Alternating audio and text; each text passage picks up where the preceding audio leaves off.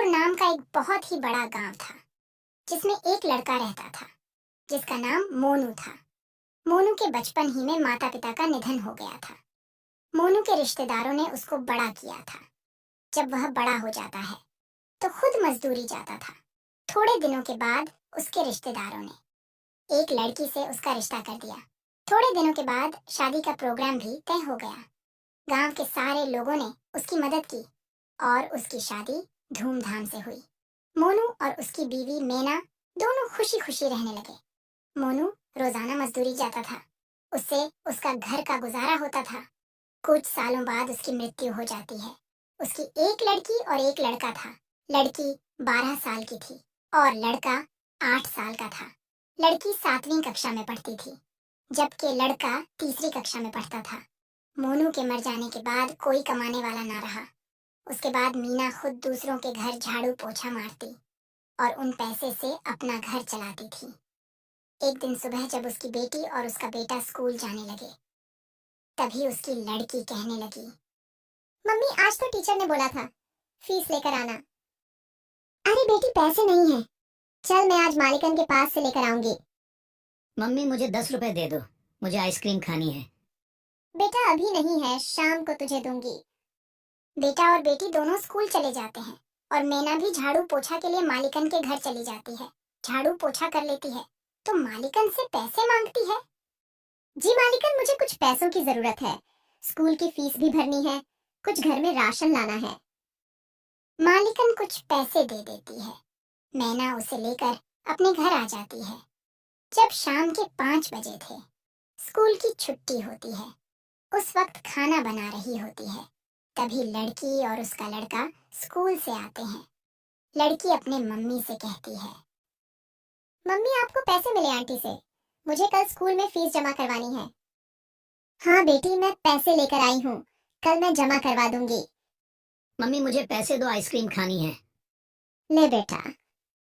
तभी मैंने पैसों का हिसाब लगाती है। मैंने फीस के पैसे अलग रख दिए हैं, कुछ बच्चों के लिए अलग रख दिए हैं, अभी तो राशन लाना बाकी है, कुछ ही पैसे हैं।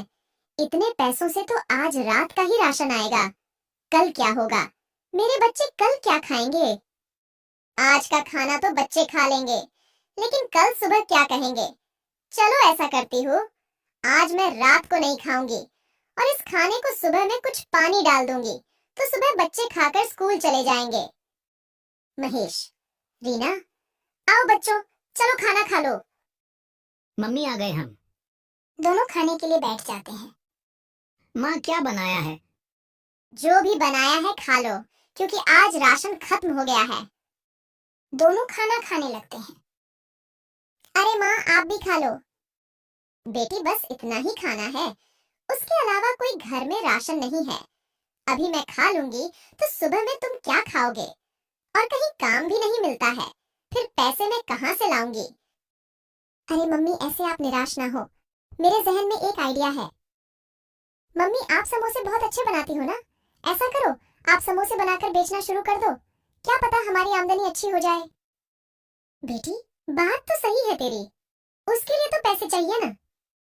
माँ और बेटी दोनों बात ही कर रहे थे कि अचानक रीना के मामू आ जाते हैं। दीदी पैसों की चिंता ना करें, मेरे पास से तुम पैसे ले जाओ और अपना कारोबार शुरू कर दो। अरे मोहन, अचानक कैसे? मुझे आपके पैसे नहीं चाहिए, आप तो मुझसे बहुत छोटे हैं। दीदी आप इन सब बातों को मत सोचो, मेरे 2 पैसे लगाने से आपके 10 पैसे बन जाए तो मेरे पैसे बाद में लौटा देना। ठीक है, लेकिन मुझे समझ नहीं आता कि मैं समोसे कहाँ बेचूं। मम्मी स्कूल के बाहर, जहाँ मजदूर के आने जाने का रास्ता भी है और स्कूल के बच्चे भी खाएंगे। रीना तुमने तो बहुत ही अच्छा आइडिया दिया। उसके बाद मोहन अपनी बहन मैना को पैसे देकर चला जाता है। अगले ही दिन मैना स्कूल के सामने आम सड़क पर लगा देती है। वहां पर समोसे खाने के लिए मजदूर और बच्चों की भीड़ लग जाती है। आंटी, समोसे की खुशबू तो बहुत ही अच्छी आ रही है, मुझे भी समोसे की प्लेट दो ना। हाँ, ले बहन। अरे वाह, तुम्हारे समोसे तो बहुत स्वादिष्ट है, ऐसा समोसा तो कभी नहीं खाया, एक प्लेट और दे दो। मैना उसको दूसरी प्लेट भी देती है। पहले ही दिन मैना के हाथ के समोसे खाकर लोगों की भीड़ लग जाती है। रात होते होते सारे समोसे बिक जाते हैं। ऐसे ही चलता रहा। आहिस्ता आहिस्ता मैना के समोसे मशहूर हो जाते हैं।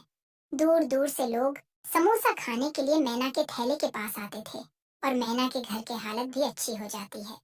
रीना भी छुट्टी के बाद अपनी मम्मी के हाथ बटाती थी। एक रात मैना अपने घर पर पैसे गिन रही थी।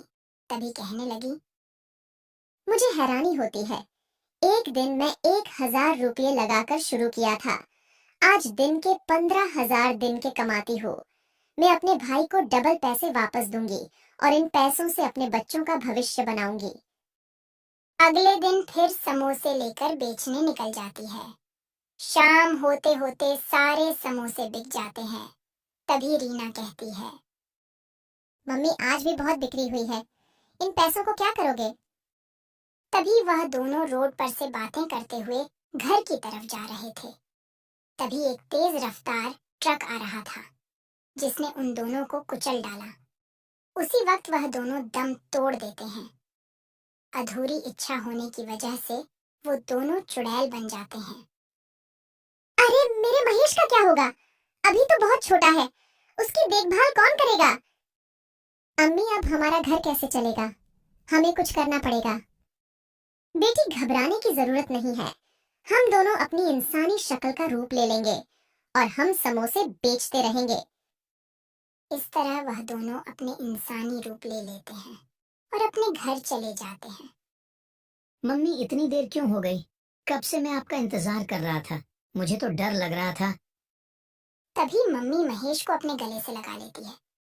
अगले दिन सुबह दोनों माँ बेटी इंसानी रूप में समोसे की लारी लेकर निकल जाती है। सुबह से लेकर शाम तक समोसे की लारी पर खूब भीड़ रहती है। सारे समोसे बिक जाते हैं। दोनों माँ बेटी घर जाती है तो दोनों